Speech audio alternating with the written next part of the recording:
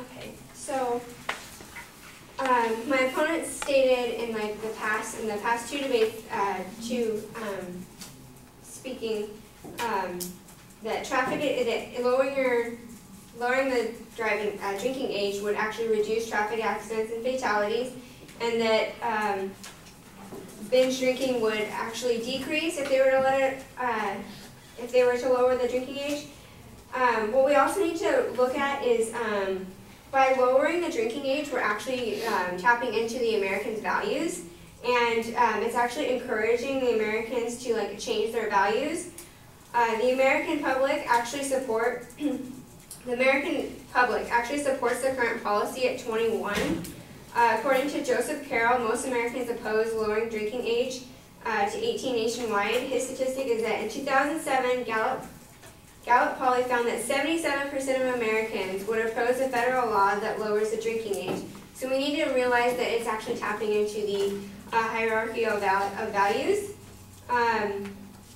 Also, according to Caleb Daniloff, there may not be an overwhelming support for it among the people who are 18 to 20, but most U.S. adults overall support it. One glimpse is the online education story that is taken by a third of freshmen in the country. We asked their opinion of the age 21 law. A bare majority of students are in favor of the current law or aren't sure what the law should be. It is only a minority that are absolutely certain that the law should be changed. And to go into more detail about the lowering the drinking age would lower the traffic accidents. We need to look at to reiterate that it actually reduces the traffic accidents and fatalities. According to the National Highway Traffic Safety Administration, the National Highway Traffic and Safety estimated that the MLDA 21 decreased the number of fatal traffic accidents, 18 to 21-year-olds, 13%, and saved approximately 27,000 lives from 1984 to 2009. The U.S. Federal Trade Commission, dangers of teen drinking. Young people are more susceptible to alcohol. Influence impairment of their driving skills.